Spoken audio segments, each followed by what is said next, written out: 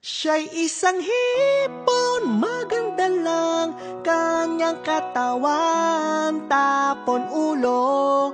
Maganda siya pag nakatalikod, pag humarap mukhang impacto.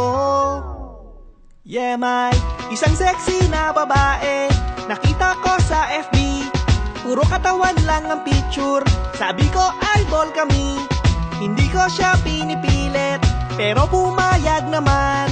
Nakita ko sa may gilid, nakatalikod lang siya. Suot niya ay white, ako'y na-excite. Sabi ko sa mind, ang swerte mo ba'y aking tinawag? At dahan-dahan siyang humarap. Siya'y isang hipon, maganda lang kanyang katawan, tapon ulo. Maganda siya pag nakatalikod, pag humarap mukhang impacto. Sana di na lang siya nag-exist.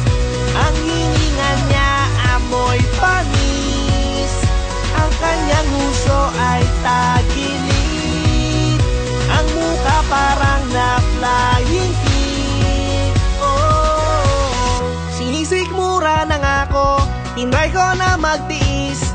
Pag siya ay nakatalikod, parang pang Miss Universe. Pero pag siya'y humarap at nakita kanyang mukha, hindi na Miss Universe, mukhang Universal Soldier. Suot niya ay white, parang pang Fright Night. Sabi ko sa mind, ang malas mo ba'y ang kanyang mukha? Gusto kong takpan ng sako ng rice.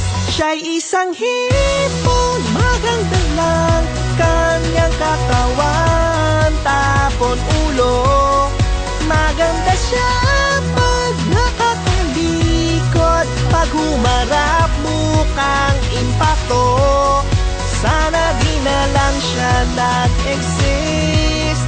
Ang hininga niya amoy panis, ang kanyang uso ay tagilid, ang mukha parang na-flying kick.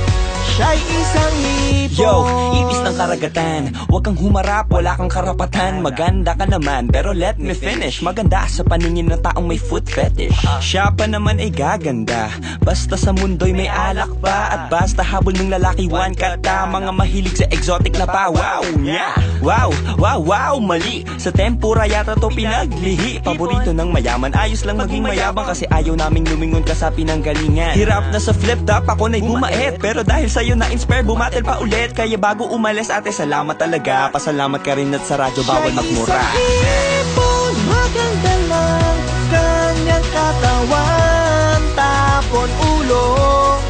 Maganda siya pag nakatalikod, pag humarap mukhang impacto. Sana di na lang siya nag-exist. Ang hininga niya amoy panis, ang kanyang uso ay tagilid, ang mukha parang na-flying kick. Siya'y isang hipon.